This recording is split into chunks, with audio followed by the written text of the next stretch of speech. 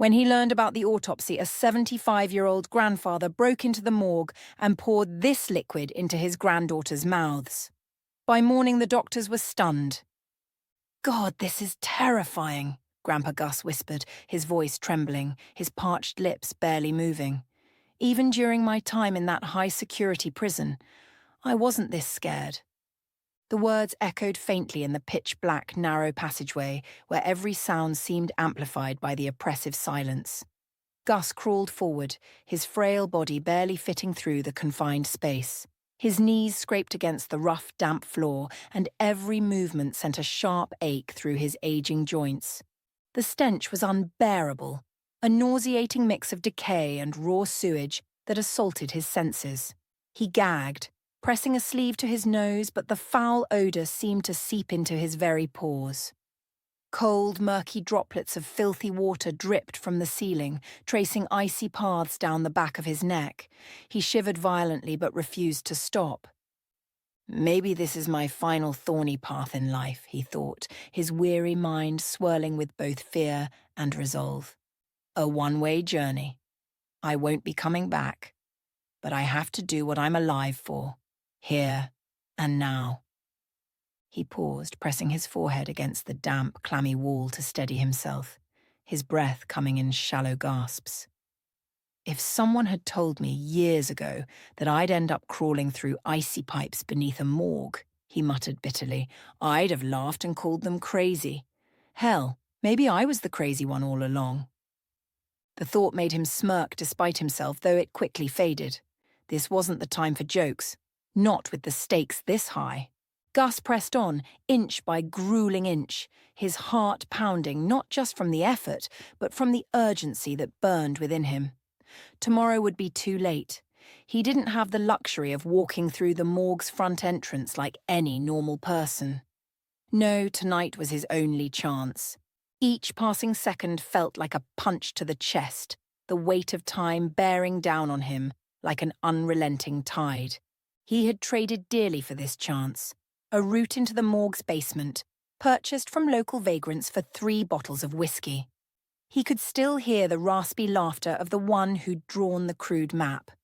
"Careful, old man," the vagrant had said with a crooked grin, his breath reeking of alcohol. "That place ain't just cold, it's cursed. You'll be crawling into the devil's lair." Gus had simply nodded and taken the map. Fear of curses didn't scare him. Not anymore. He had already lived through his own kind of hell. His goal was clear. The examination room. That cold, sterile space where his loved ones now lay. Loved ones he had only just discovered existed. Gus's mind swirled with the memory of the letter that had changed everything. A scrawled note on yellowed paper, delivered by a woman who had found it tucked inside an old Bible. "You have a son," it read. "And he had twin daughters. Their names are Daisy and Maisie." His hands had trembled as he read it, the ink smudged by the tears that fell freely down his weathered face. His son. Gone now for a decade, buried in the damp earth. But his granddaughters, they were alive. Or at least, he hoped they still were. A lump formed in his throat as he thought about them. The twins, 20 years old now.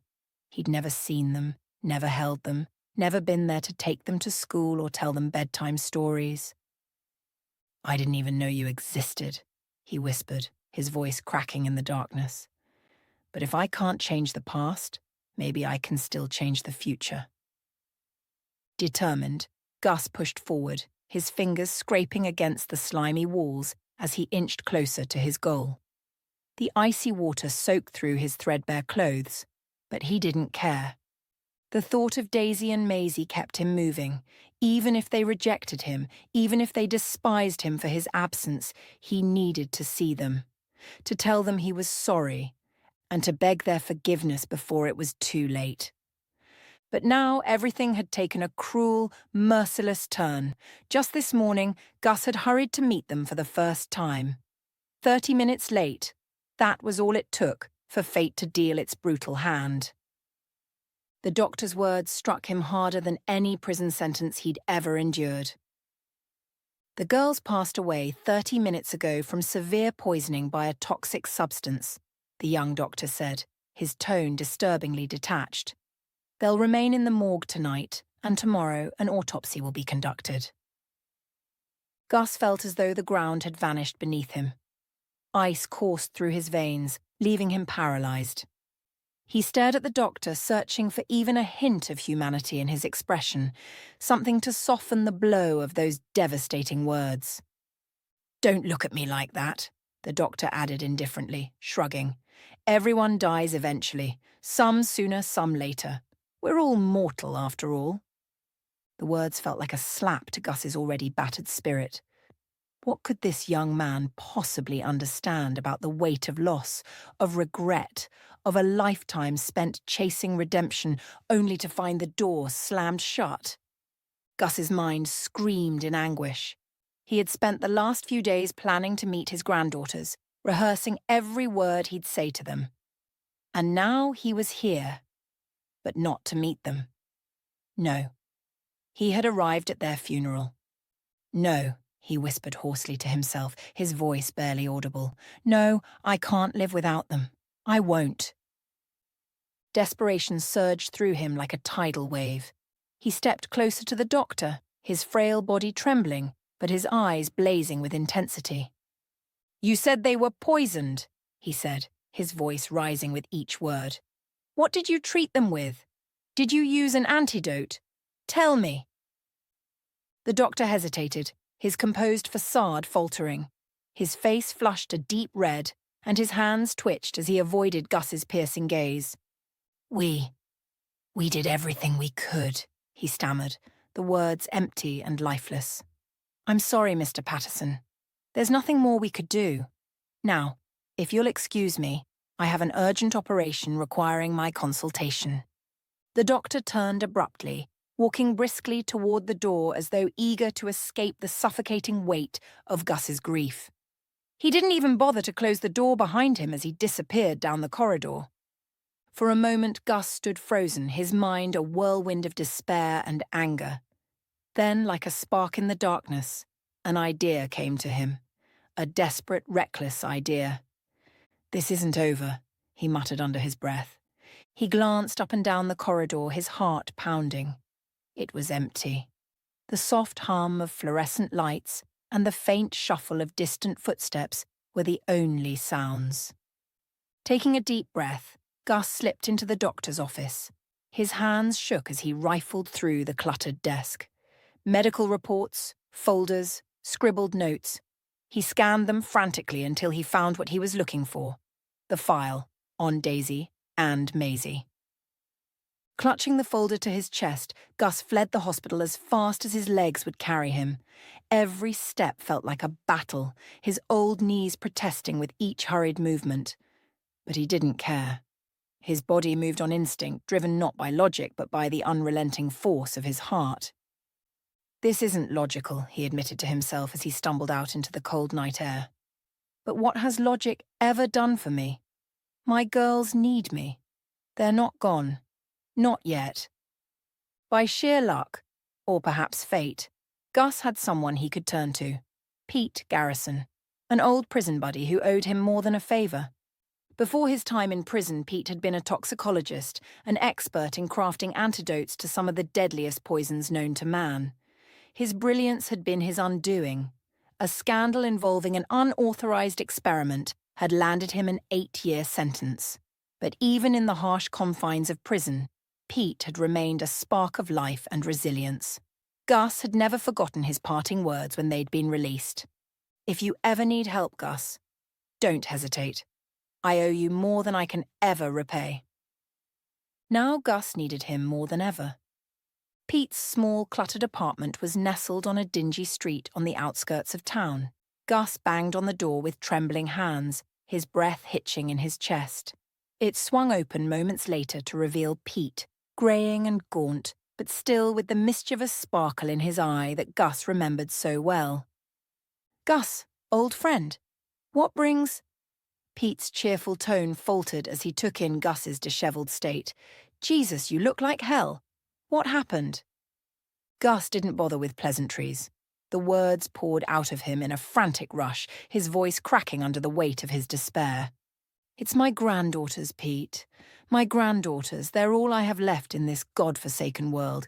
And now they're—" He choked on the words, tears streaming down his weathered face.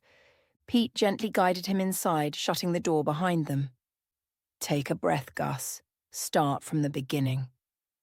Gus sank into an old armchair, clutching the medical reports tightly to his chest. With halting breaths, he recounted the story, the poisoning, the doctor's detached words, the morgue. "No, Pete, I can't live without those girls," he said, his voice raw with emotion. "If I don't ask for their forgiveness, if I don't tell them I'm sorry, I'll go straight to hell. I can't let this be the end. I won't." Pete placed a steadying hand on Gus's shoulder as the old man broke down completely. Gus had endured a lifetime of pain and regret, but this was different. This was a torment so deep it threatened to shatter him. When Gus's sobs subsided, he looked up at Pete, his eyes red and swollen. "The doctors say they're gone, that they were poisoned, but I don't believe it. They're wrong. I can feel it. Please, Pete, you're the only one who can help me." Pete studied him for a moment, his expression unreadable. Then, with a small, reassuring smile, he said, "Don't panic, pal. If there's a chance, we'll take it. You know I've always liked a challenge." Pete took the medical reports from Gus's trembling hands and began examining them with the sharp eye of a seasoned expert. He muttered to himself as he flipped through the pages, occasionally pausing to scribble notes on a scrap of paper. Gus sat on the edge of his seat, his heart pounding like a war drum. Finally, Pete looked up, his brow furrowed in concentration. "Okay," he said, his voice calm but decisive. "It looks like they were exposed to a specific neurotoxin. Nasty stuff, but not unbeatable. The window's tight, though. How long ago did this happen?" "About 4 hours," Gus replied, his voice barely above a whisper. Pete nodded grimly. "Then we don't have a second to waste." He disappeared into the depths of his apartment, rummaging through shelves and cabinets that were crammed with vials, beakers, and jars of unlabeled substances. Gus sat in tense silence, listening to the clinking of glass and the rustle of papers. Minutes later, Pete emerged holding a small vial of clear liquid. He handed it to Gus with steady hands. "Here, take this," Pete said, his tone confident and unwavering. "This antidote should work for their kind of poisoning. But listen to me carefully, Gus. You only have 8 hours. After that, it'll be too late, even for this." Gus stared at the vial as though it held the key to salvation. His hands shook as he cradled it, his mind racing. 8 hours, he repeated, his voice hoarse. "What do I do?" Pete grabbed a scrap of paper and scribbled down instructions. "You need to get to them fast. Administer this intramuscularly, straight into the thigh. Make sure they're lying down and watch for seizures as it takes effect. It won't be easy, but you've got to trust me." Gus looked up at Pete, tears glistening in his eyes. "Thank you, Pete. I don't know how I'll ever repay you for this." Pete smirked, the mischievous glint in his eye returning. "Don't mention it, old man. You saved my hide more than once back in the day. Let's just call it even." Gus nodded, clutching the vial tightly as he rose to his feet. He had no time to lose. His heart was heavy with fear. But for the first time in hours, a flicker of hope ignited within him. "Wish me luck," he said, heading for the door. Grandpa Gus clung to Pete's words with unwavering faith, repeating them like a mantra as he crawled through the suffocating maze of pipes beneath the morgue. 8 hours, you've got 8 hours. Move, Gus, move, he urged himself, his voice echoing faintly in the confined space. His body screamed for rest. His arms and legs trembled with exhaustion, threatening to give out with every pull forward. Each breath was a struggle rasping against his lungs like sandpaper. The world felt like it was closing in around him, the air thick and stifling. But Gus wouldn't stop. He couldn't. The vision of Daisy and Maisie, their young faces etched in his mind, spurred him on. Time is slipping away, he thought. I can't waste it. Not when my girls are waiting for me. Not when I'm so close. His strength waned, his movements growing slower, more laboured. He felt as though the curtain of life might fall on him at any moment, but the thought of performing a miracle, of bringing his granddaughters back to life, lit a fire in his heart. It was a warmth that defied the bitter cold of the pipes, a hope so fierce it kept him moving despite the odds. Then, out of the suffocating darkness, a dim light appeared ahead. Gus froze, his heart skipping a beat. He blinked, almost disbelieving, before crawling forward with renewed vigour. With every strained movement, the light grew brighter, sharper, until it filled the narrow tunnel with a faint glow. "Dear God," he whispered, his voice cracking. "Finally. Forgive me for my trespasses, but I made it. I did it." His knees scraped against the metal grate as he pushed through the opening. Moments later, his feet touched the cold, smooth floor of the morgue. The icy chill seeped through his thin soles, but he barely noticed. His trembling, bruised hands fumbled as he reached into his jacket pocket, pulling out the small vial Pete had entrusted to him. It was intact. A miracle. Gus clutched it to his chest, his heart pounding. This is it, he thought, the enormity of the moment sinking in. The morgue was silent, the air thick with a chill that seemed to press against his skin. Rows of metal tables gleamed under the sterile light, flanked by refrigeration units humming softly. "It's so cold and frightening," Gus thought as he crept between the tables, each step echoing in the vast, empty space. How many lives ended here, snuffed out by death? How many families wept for those lying in this room? Then his eyes fell upon them. "There they are," he whispered, his voice breaking. "My beautiful swans, so alike." The twins lay side by side on a single metal table, their blonde hair spread out like halos against the stark surface. Their faces were serene, untouched by the harshness of death. "They don't look dead," Gus said aloud, his words trembling with fragile hope. "They're alive. Of course they are. The doctors made a mistake, but that's okay. I'll save you. I'll bring you back." Gus approached them slowly, his hands trembling as he reached out. He ran his fingers through their soft hair, his touch reverent, as though afraid they might vanish if he pressed too hard. He leaned down, resting his wrinkled cheek against their cold, pale faces. "You're here," he murmured. "Grandpa's here now. I'm sorry I was late. I'm sorry I didn't find you sooner. But I'll make it right. I'll make it right." Fumbling, Gus uncapped the vial, his hands shaking so badly he almost dropped it. Carefully, he poured the antidote into each of their mouths one by one, his voice a soft, unsteady murmur.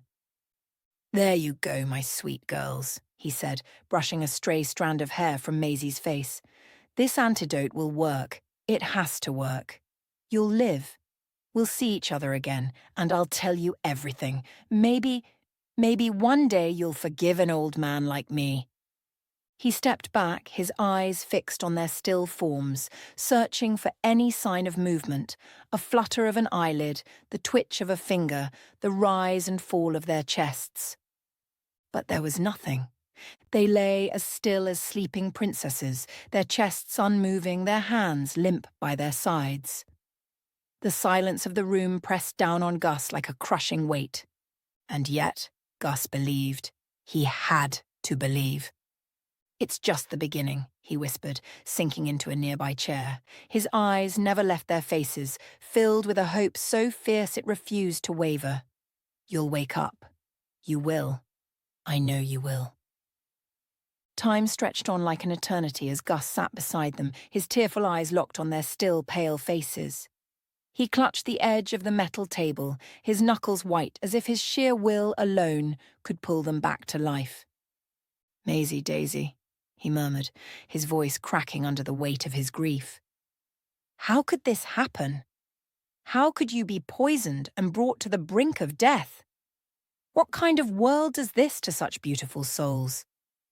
He'd asked himself that same question 100 times, and every time he was met with the same agonizing silence. Suddenly, a booming voice cut through the stillness, jolting him from his thoughts. "Who's there?" Gus's heart leapt into his throat.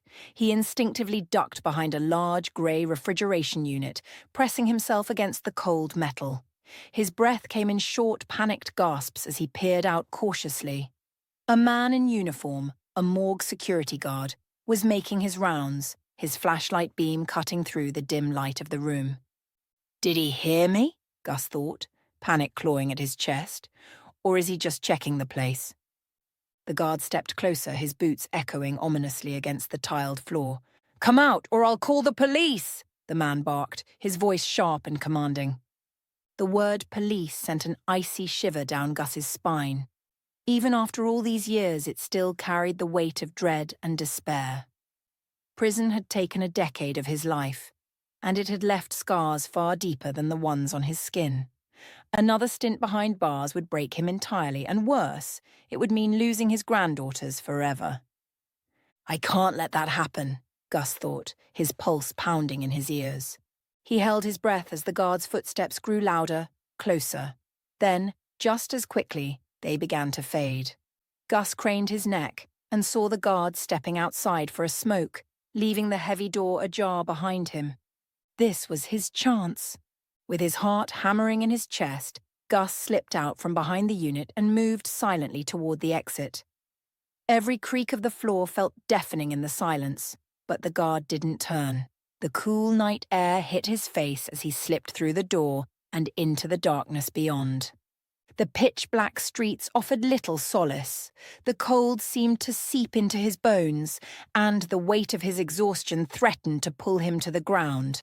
But he couldn't stop. Not yet.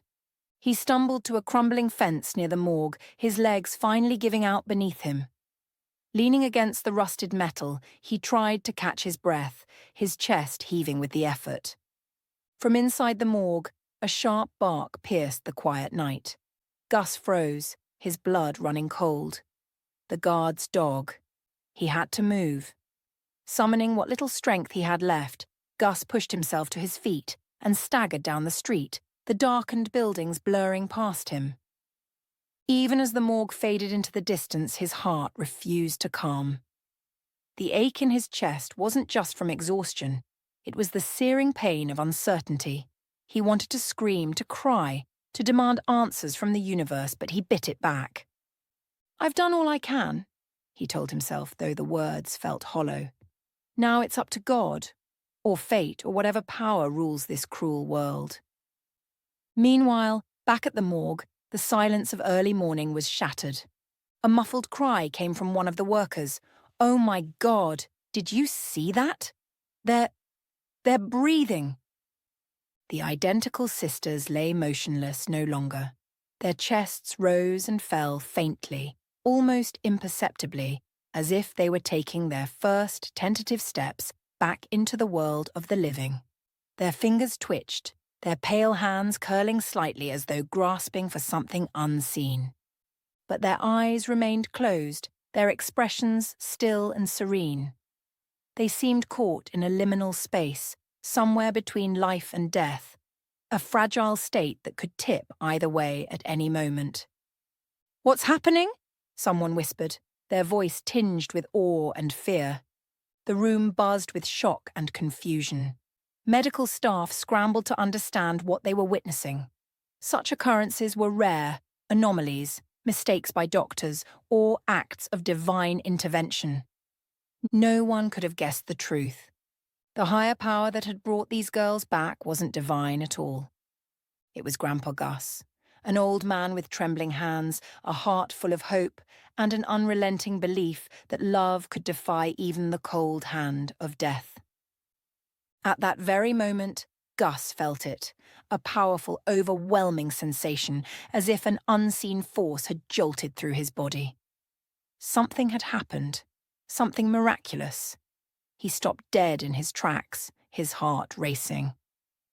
What was that? He whispered, clutching his chest. His mind raced with possibilities. Then it hit him, clear as day. Of course, Gus! What a silly question! His inner voice exclaimed. The hospital, that's where your girls are now. Without a second thought, Gus set off toward the hospital, his tired legs finding new strength. "I'll be there soon," he murmured, weaving through the darkened streets. "I'll walk into their room, hug my girls, and never let them go again." In his mind, he soared into a hopeful future, a future where Daisy and Maisie laughed with him, shared stories and forgave him for his absence. But the harshness of reality wasn't far behind, tugging him back to the present. As Gus stepped into the hospital room, his breath caught in his throat. The sight before him overwhelmed him with emotion. "Thank God," he whispered, his voice shaking. "They're alive. They're no longer lying in that cold morgue among those preparing for their final journey. They're pale, covered in wires and tubes, but they're alive." Tears welled in his eyes as he approached the twin beds. His trembling hands reached out, taking each of their hands in his own. Warmth. Their hands were warm, not the icy cold he'd feared. Life, though faint, pulsed within them. "Pete's antidote worked!" Gus rejoiced silently, his heart swelling with relief and gratitude. But as quickly as hope surged, it faltered. "Why aren't they waking up?" he murmured, his brow furrowed with concern. He leaned closer, searching their faces for any sign of consciousness. "Why don't they open their eyes?"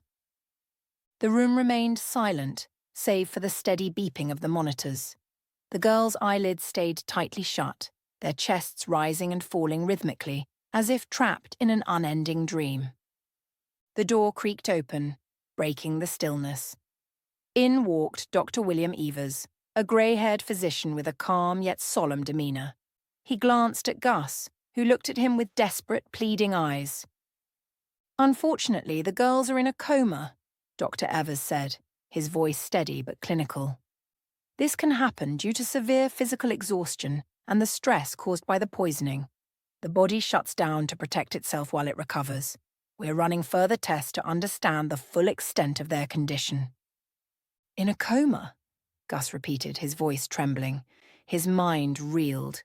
He had endured countless hardships in his life, but nothing prepared him for this. "How can you say that so coldly? Are they dying? Look at them. They're so pale, and you're just standing there, doing nothing." Dr. Evers took a step closer, his expression softening. "I understand how difficult this is for you, Mr. Patterson, but I assure you, we're doing everything we can.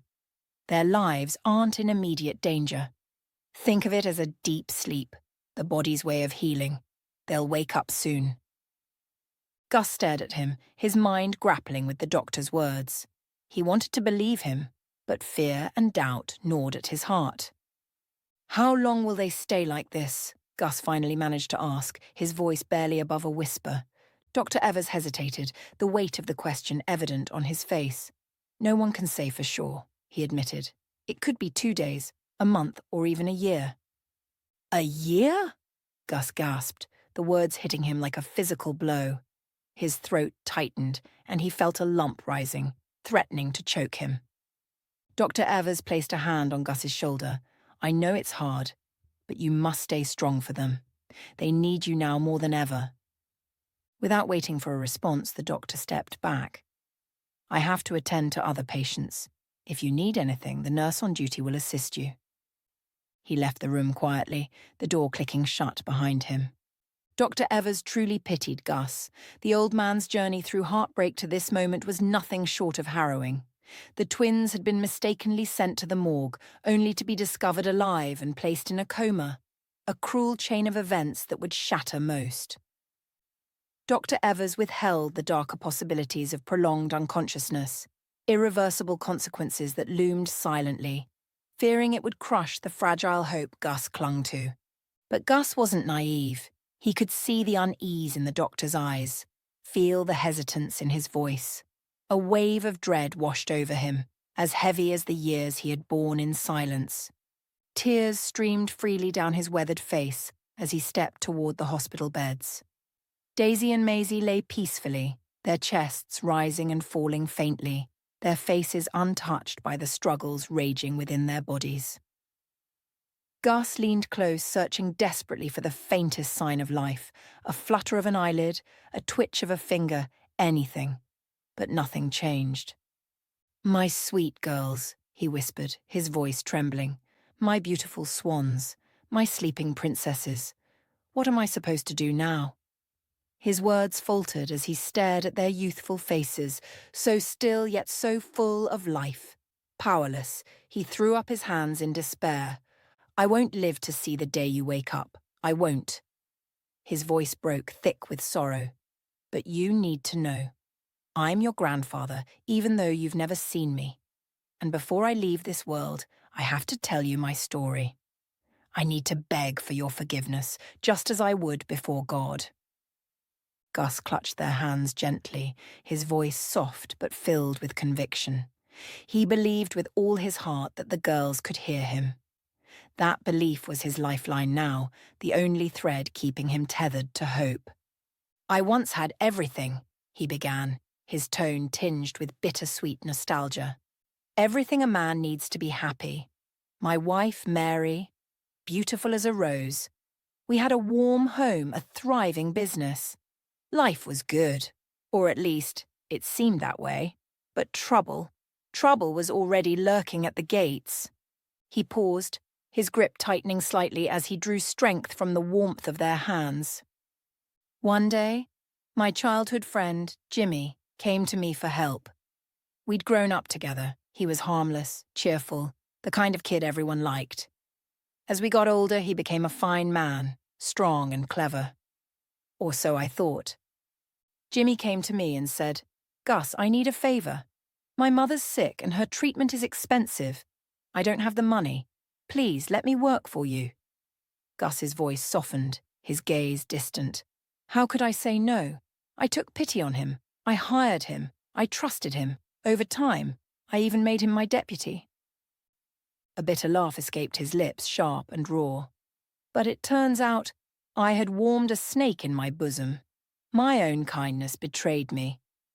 Jimmy set me up, framed me for bribery and falsifying financial records. They sent me to prison for 10 long years.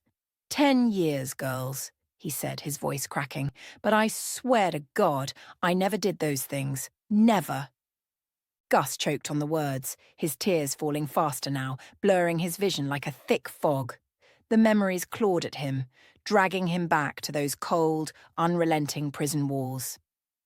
As Gus wiped his tears and took a deep, shaky breath, he forced himself to continue. The room felt heavier now, filled with the weight of his memories and unspoken pain.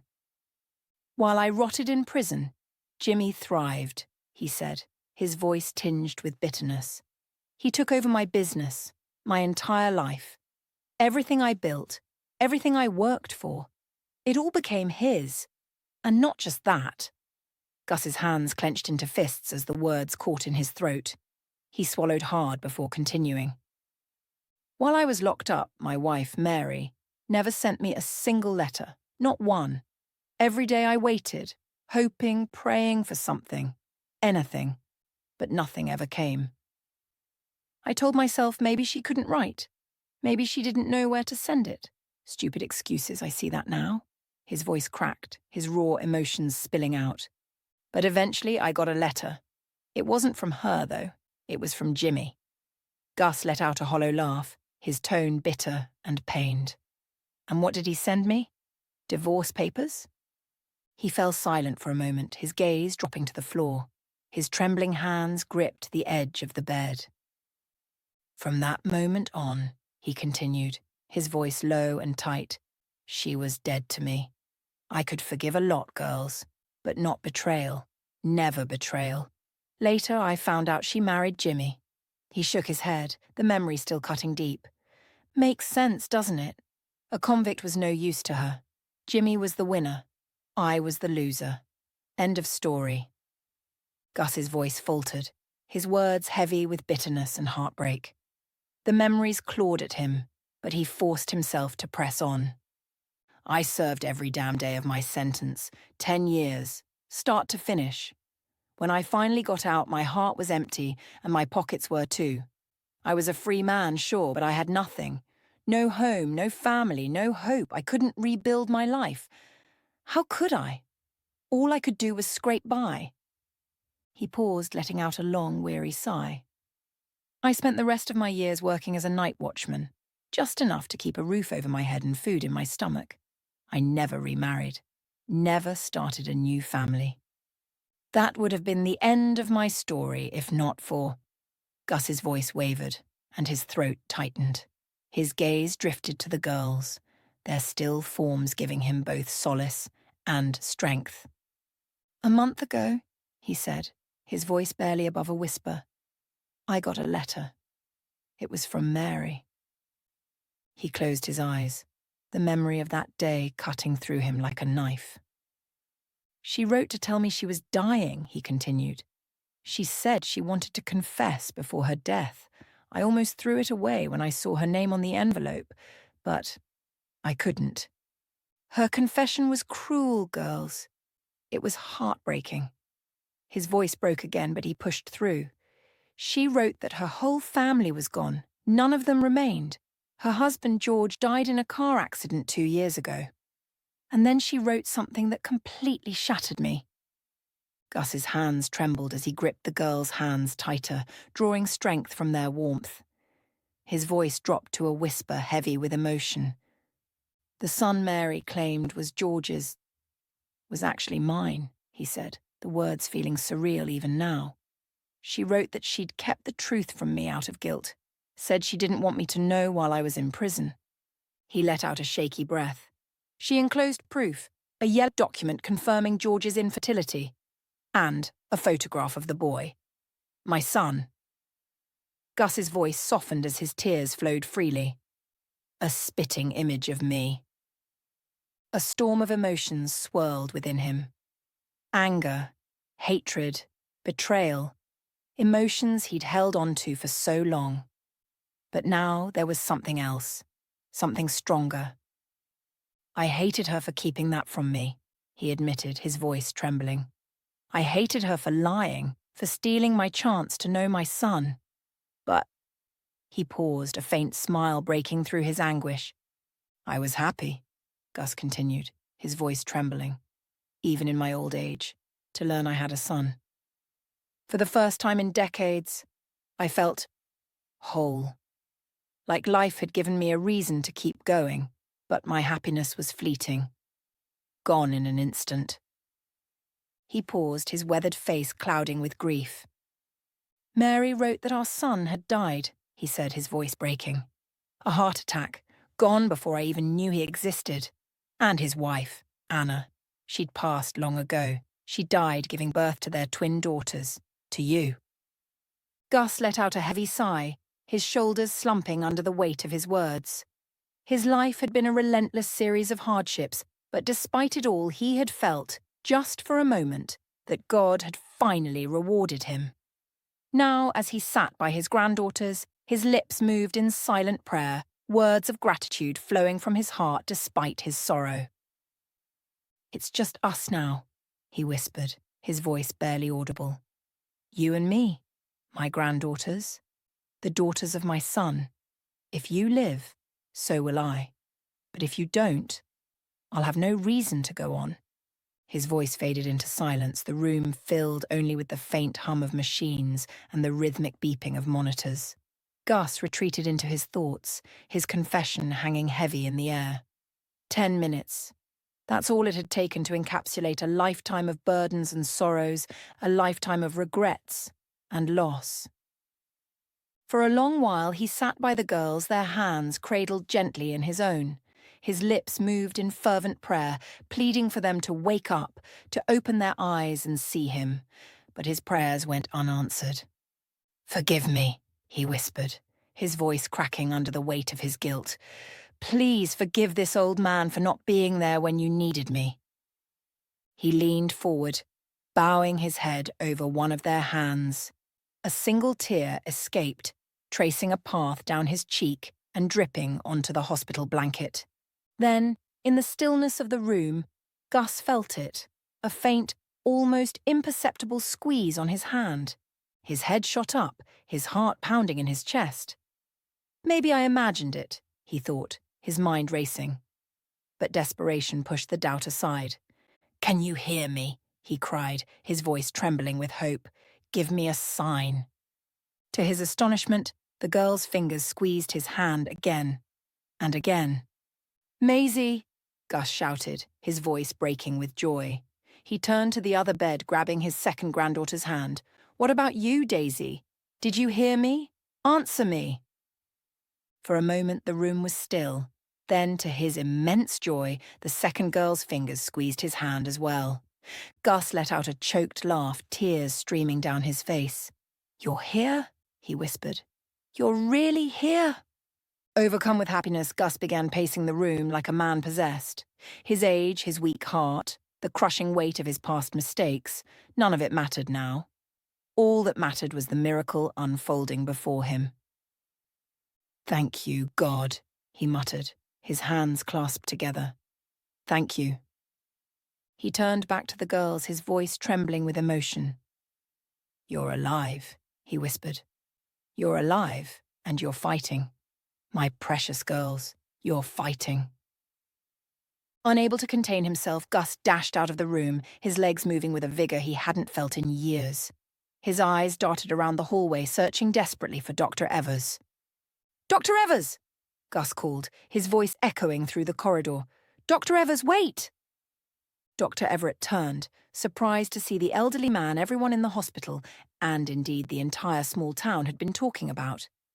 News of the twins who had been mistakenly sent to the morgue, only to be found alive, had spread like wildfire. Gus had become somewhat of a local legend overnight. "What is it, Gus?" Dr. Everett asked, his tone laced with curiosity and concern. "My granddaughters, they're waking up," Gus exclaimed, his voice trembling with equal parts excitement and urgency.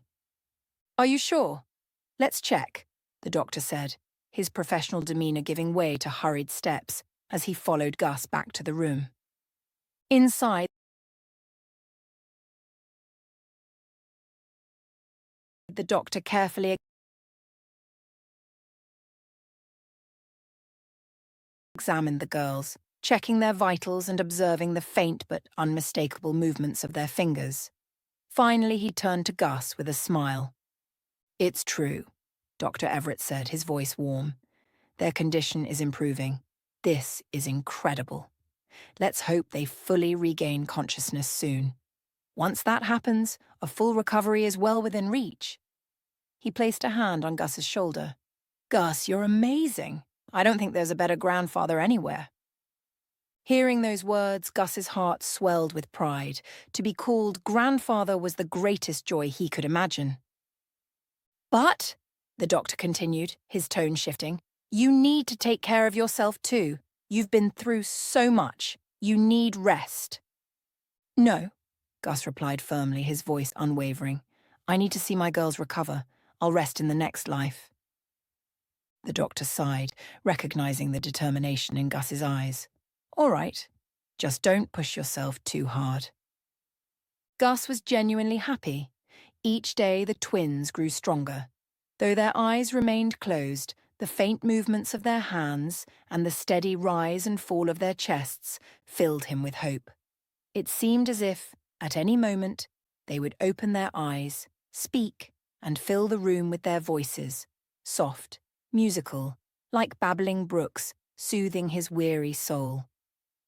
That Sunday was no different. The day was warm, filled with a quiet hope that made Gus feel as though nothing could go wrong. For him, there was no room in his heart for dark thoughts or fear. As evening approached, Gus leaned over the girls' beds, his voice tender. "I'm just going to get some water, my sweet girls. I'll be right back." He grabbed a pitcher from the bedside table and stepped out, humming softly to himself. But as he walked back toward the room, a sudden unease washed over him. His heart began to ache, a deep instinctive pain that made his steps falter. He quickened his pace, his grip tightening on the pitcher. The moment Gus stepped into the room, he froze. His breath caught in his throat, and the pitcher slipped from his hand, shattering on the floor. Over the girls' bed stood a large figure dressed in black, silhouetted against the dim light of the room. The man's gloved hand gripped a gleaming object, a knife raised high, poised to strike. "Who are you? What are you doing?" Gus shouted, his voice trembling with both fear and fury. "Don't you dare touch them! Don't you dare!" The figure turned sharply, startled by Gus's sudden presence. The black mask on his face shifted slightly, revealing darting, furious eyes. Gus's heart pounded as he stared into those eyes, a mixture of rage and desperation flooding his chest. Quickly regaining his composure, the intruder leapt toward Gus. In a low, menacing voice, he hissed in the old man's ear, "You don't get to ask questions, old man." Before Gus could react, a sharp, blinding pain exploded in his head. The intruder had struck him hard, and Gus collapsed to the floor, his body crumpling like a broken doll. Pain radiated from his chest as his vision blurred, the world spinning wildly around him. He tried to move, to shout, but his body refused to obey. Darkness crept in at the edges of his vision, swallowing him whole. The last thing Gus heard before unconsciousness claimed him was the faint, rhythmic beeping of the monitors, the sound of life continuing, even as his own began to fade. In the few fleeting seconds before Gus's head touched the floor, his entire life flashed before his eyes, a vivid, unrelenting reel of memories. There he was, a little boy, barefoot and wide-eyed, clinging to his mother's dress as they walked through a dusty village street. He saw her smile, warm and loving, as she congratulated him for earning a perfect score on his school exam. Then came the image of a young man, sleepless and determined, poring over textbooks late into the night at university, dreaming of a brighter future. The memories shifted, building a business from scratch, the pride of seeing his hard work flourish, marrying Mary, the love of his life, and holding her close during their happiest days. Then, the darker times. The sting of betrayal as his trusted friend Jimmy framed him, the cold, relentless despair of prison walls, and the heartbreaking discovery of Mary's infidelity. He saw himself as a recluse, working long hours for pennies, his shoulders heavy with the weight of a broken spirit.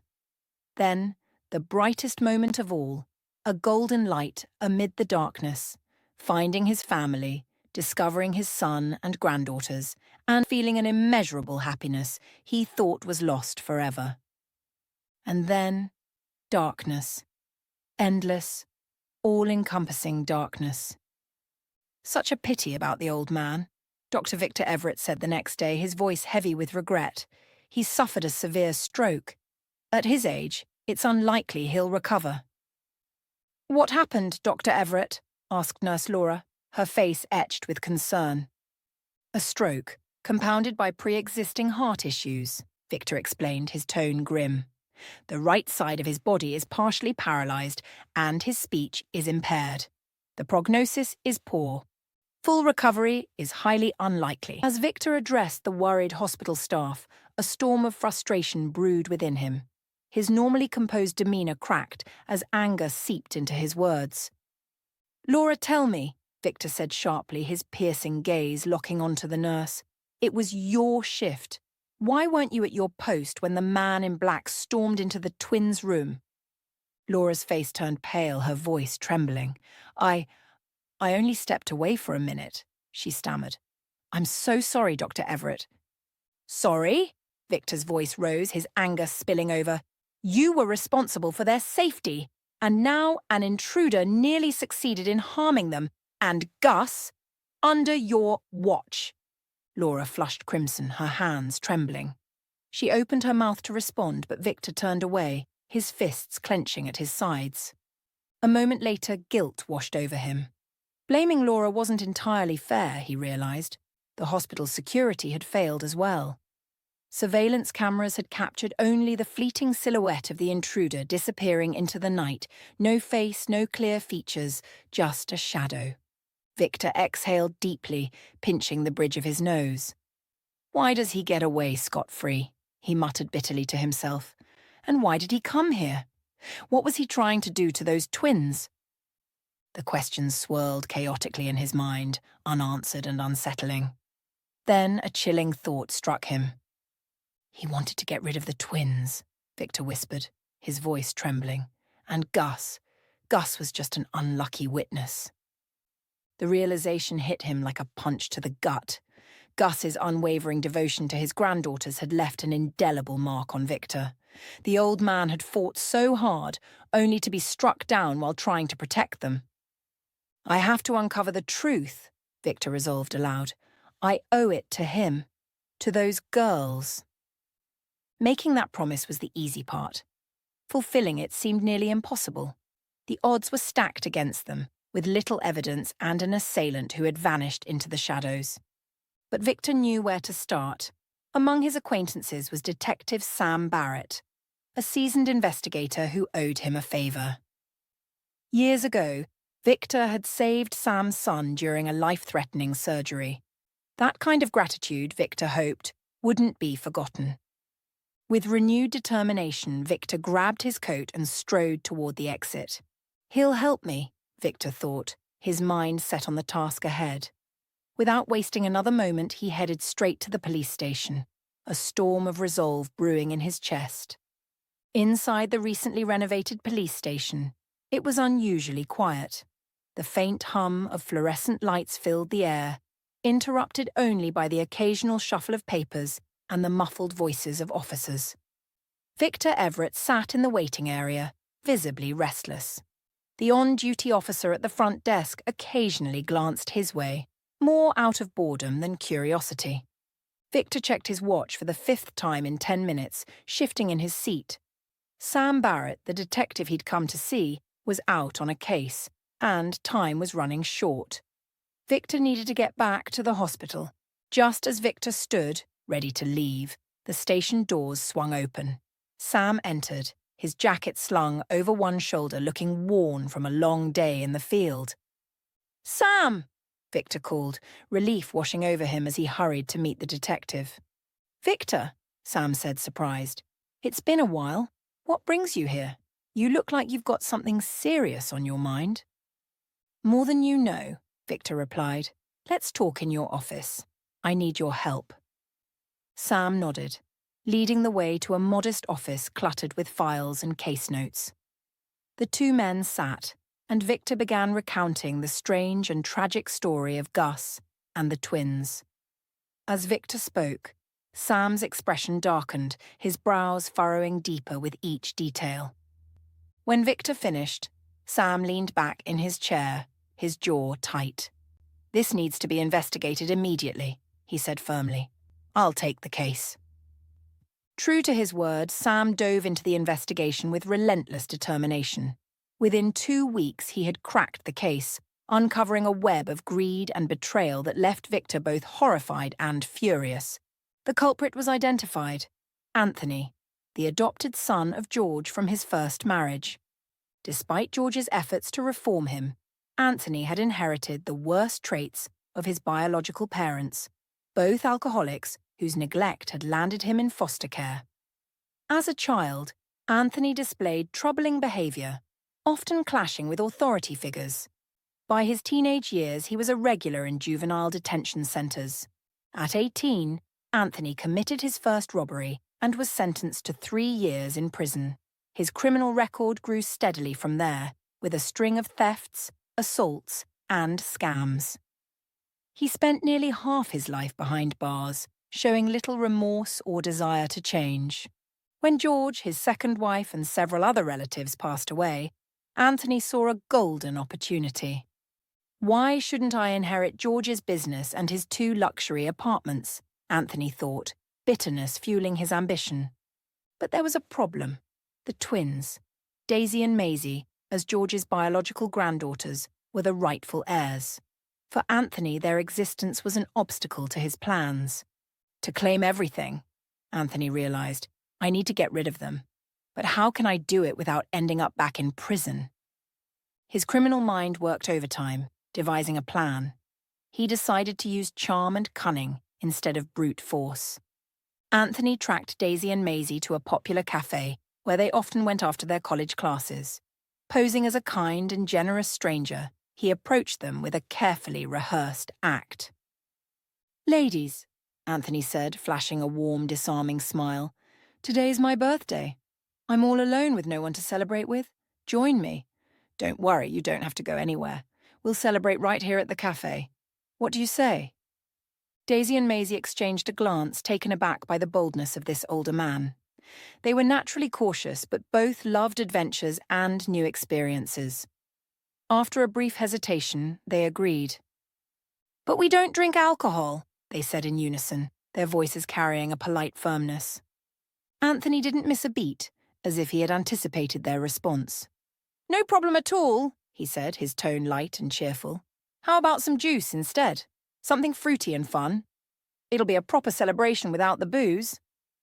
The evening passed pleasantly for Daisy and Maisie. The charming stranger's unexpected invitation had been an unusual but enjoyable diversion, and they returned home late, chatting about the day and feeling satisfied with how they had spent their time. But the joy of the evening quickly turned to horror. In the dead of night, Maisie suddenly fell ill.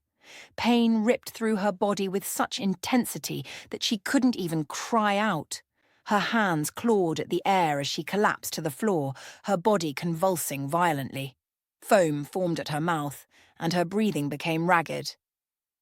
"Maisie, are you okay?" Daisy shouted, jolted awake by the commotion. She rushed to her sister's side, her heart pounding as she knelt next to Maisie. The sight before her was horrifying. "Stay with me, Maisie," Daisy cried, tears streaming down her face. "I'm calling for help." But before she could act, Daisy felt a sharp, stabbing pain in her own stomach. It was as if fire coursed through her veins. Her vision blurred, and her limbs began to tremble uncontrollably. The pain overwhelmed her, but with her last ounce of strength, she reached for her phone and dialed 911. "Help," she whispered hoarsely before losing consciousness. When the paramedics arrived, they had to break down the door to enter. The scene that greeted them was grim.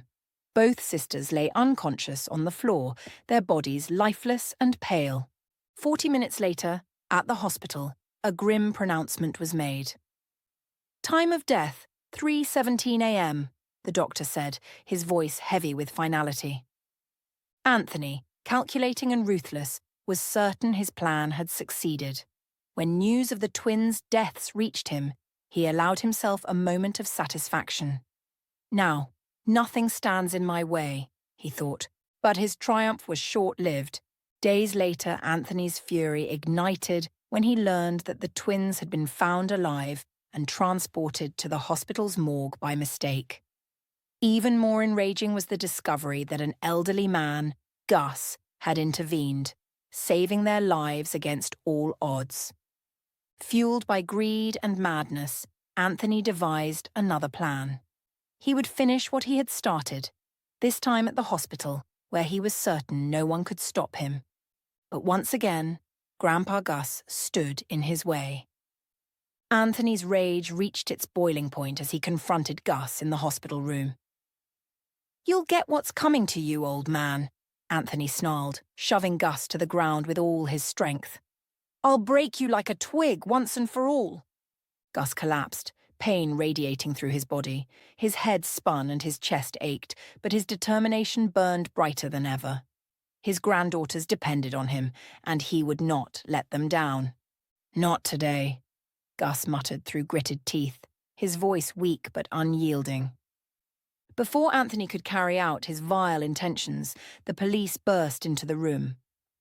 The hospital staff had raised the alarm after spotting the masked intruder on the surveillance cameras. Anthony was tackled to the ground and handcuffed, his reign of terror brought to an abrupt end.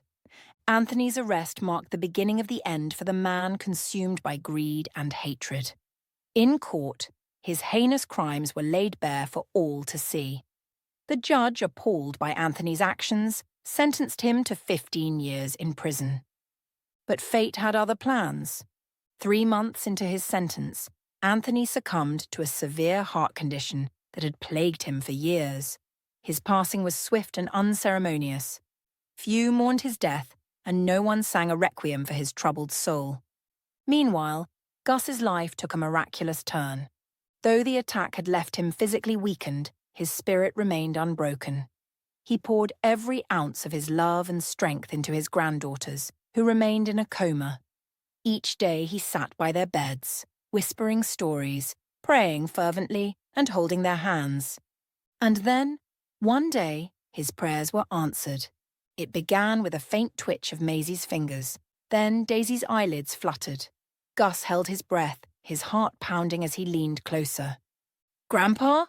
Maisie's weak voice broke the silence, her eyes slowly opening. "Maisie," Gus whispered, tears streaming down his face. "It's me. I'm here." Moments later, Daisy stirred, her voice soft but clear. "Grandpa, is it really you?" "Yes, my sweet girls," Gus sobbed, overwhelmed with joy. "It's me. You're awake. You're back." The miracle Gus had fought so hard for had finally come to pass. Against all odds, Daisy and Maisie had returned to him. Weeks after their miraculous awakening, Daisy and Maisie slowly began to heal. First, they opened their eyes, their gazes searching for familiar faces. Then came the small but determined movements, lifting their arms, gripping the bed rails, and eventually sitting up. With each passing day, their strength grew. Soon they were walking the hospital corridors on unsteady but determined feet, supported by nurses and their own willpower. Their young bodies healed rapidly, a testament to their resilience, but the same couldn't be said for Grandpa Gus. Anthony's brutal attack had left Gus bedridden, his frail body unable to recover as quickly. Despite the doctor's best efforts, he remained unconscious for weeks, his once strong spirit seemingly lost in the void. It wasn't until one quiet morning, as sunlight streamed through the hospital room window, that Gus stirred. He felt something, gentle, warm, and familiar. His eyelids fluttered open, and there they were, Daisy and Maisie, each holding one of his frail hands, their faces filled with love and relief. "Grandpa?" Maisie whispered, her voice soft but steady. "We're here now," Daisy added, tears brimming in her eyes. For the first time in weeks, Gus's spirit reawakened. Hearing their voices filled him with an indescribable joy, a feeling so pure it brought tears to his eyes. "It's our turn to take care of you," the sisters said, one after the other, as if reciting a sacred mantra. And they kept their promise. Daisy and Maisie poured their hearts into caring for Gus. They massaged his weak limbs, fed him patiently, and read to him from books and letters, their voices weaving a cocoon of comfort around him. They told him stories of their dreams and their plans for the future, painting vivid pictures of the life they wanted to share with him. For Gus, their love was like a lifeline, pulling him out of the depths of despair. Inspired by the stories he had shared about his own life, his struggles, his triumphs, and the love he had carried for them, Daisy and Maisie never wavered in their devotion. Their unwavering love ignited a new dream in Gus. "I'll walk again," he whispered one evening, his voice barely audible but filled with determination. "I'll stand on my own 2 feet. I'll hug my girls, and I'll walk with them, no matter what it takes." His dream became his driving force. Though progress was slow and painful, Gus believed with every fibre of his being that he would achieve it. Nearly a year later, on a sunny Sunday morning, Gus sat on the edge of his bed, his heart pounding with anticipation. With the help of a walker, he rose to his feet, his legs trembling beneath him. Daisy and Maisie stood on either side, their hands ready to steady him.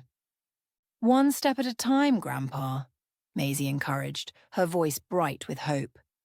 "You've got this," Daisy added, her smile radiant. With a deep breath, Gus took his first independent steps in over a year. The sunlit room erupted with cheers and tears as he moved forward, each step a triumph over adversity. That day was filled with firsts. His first steps, his first hug with his granddaughters, both of them holding him tightly as though afraid to let go. His first words spoken since his illness, words of love and gratitude. His first glimpse of a life where the weight of the past no longer defined him. One thing remained unchanged. the love that had blossomed in Gus's heart the moment he first learned of his granddaughters. It was a love that burned brightly, a beacon of hope that had guided him through his darkest days. No matter what challenges lay ahead, Gus knew he would face them with courage. For as long as his heart continued to beat, he would cherish every moment with Daisy and Maisie.